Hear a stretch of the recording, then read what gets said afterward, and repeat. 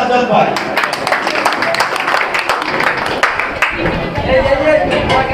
বিসমিল্লাহির রহমানির রহিম।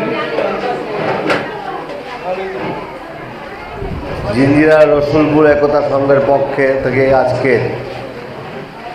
এই 40তম কর্মসূচি খিচুড়ি বিতরণের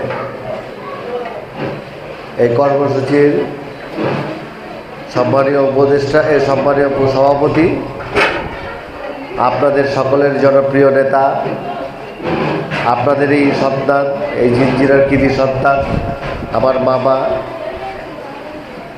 জনাব হাজী কামরুজ্জামান কামরুল বাবা উপস্থিত, আপনাদের সংগঠনের প্রতিষ্ঠাতা সভাপতি জনাব মোহাম্মদ ওয়াহাব, সাধারণ সম্পাদক আবুল কালাম আজাদ, সহসভাপতি জসিম, রবিন, জুয়েল, তারেক সহ অনেকের নাম আমি বলতে পারলাম না, আমার কাছে ক্ষমা প্রার্থী করুন।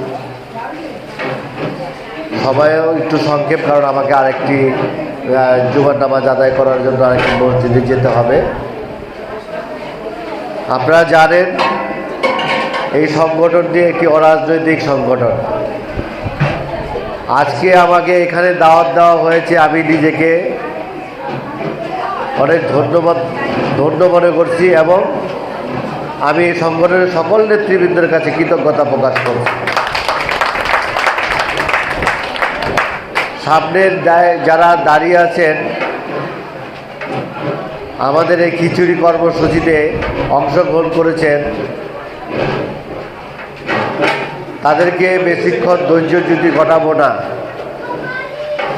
শুধু একটি কথাই বলবো, আগামী জিঞ্জিরা ইউনিয়ন আপনারা কেমন চান? আপনারা গত জিঞ্জিরা ইউনিয়ন পরিষদে যারা চেয়ারম্যান ছিলেন তারা কতটুকু কাজ করতে পেরেছেন, আর আগামীতে যাকে নির্বাচিত করবেন সে কতটুকু কাজ করবে, সেটা আপনাদের বুদ্ধি বিবেচনার অবশ্যই বিষয় আছে। এই জিঞ্জিরা ইউনিয়ন 3.5 লাখ লোকের বসবাস, প্রায় 75,000 ভোটার এখানে অবস্থান করছে। ছোট্ট একটি ইউনিয়ন, এই ছোট্ট একটি ইউনিয়নে এত জনবহুল, এত ঘনবসতি মানুষ আর সারা বাংলাদেশের কোনো ইউনিয়নে আছে কিনা আমার কাছে সন্দেহ আছে। সারা বাংলাদেশে কেরানীগঞ্জকে অনেকেই চিনে না, কিন্তু জিঞ্জিরা ইউনিয়নকে অনেকেই সবাই চিনে। এক নামে যাকে আমরা ঐতিহ্যবাহী জিঞ্জিরা, ঐতিহাসিক জিঞ্জিরা হিসাবে, প্রাচীনতম জিঞ্জিরা হিসাবে আমরা সবাই জানি। এই জিঞ্জিরা ইউনিয়নে নানান ধরনের সমস্যা, সবচেয়ে বড় সমস্যা যেটা আমরা ফেস করতেছি, বলতে গেলে আমাদের অনেকের জীবনের হুমকির সম্মুখীন হতে হয়। কার্যকরী পদক্ষেপ তো দূরের কথা, সেটা হচ্ছে মাদক সমস্যা।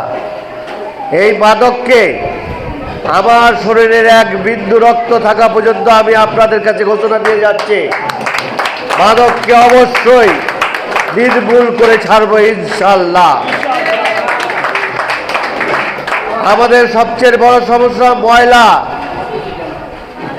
সারা কেরানীগঞ্জের জিঞ্জিরায় তথা 9টি ওয়ার্ডেই ময়লার বাগানে ময়লা গলিতে গলিতে পড়ে আছে।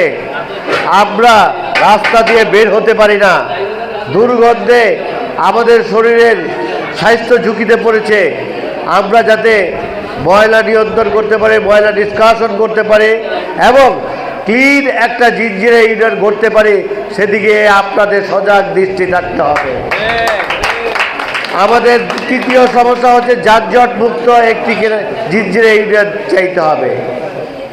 আমাদের অল্প বৃষ্টিতে জলবদ্ধতা শুরু হয়, আমাদের এই জলবদ্ধতা যদি না থাকে সেদিকে আমাদের ব্যবস্থা করতে হবে।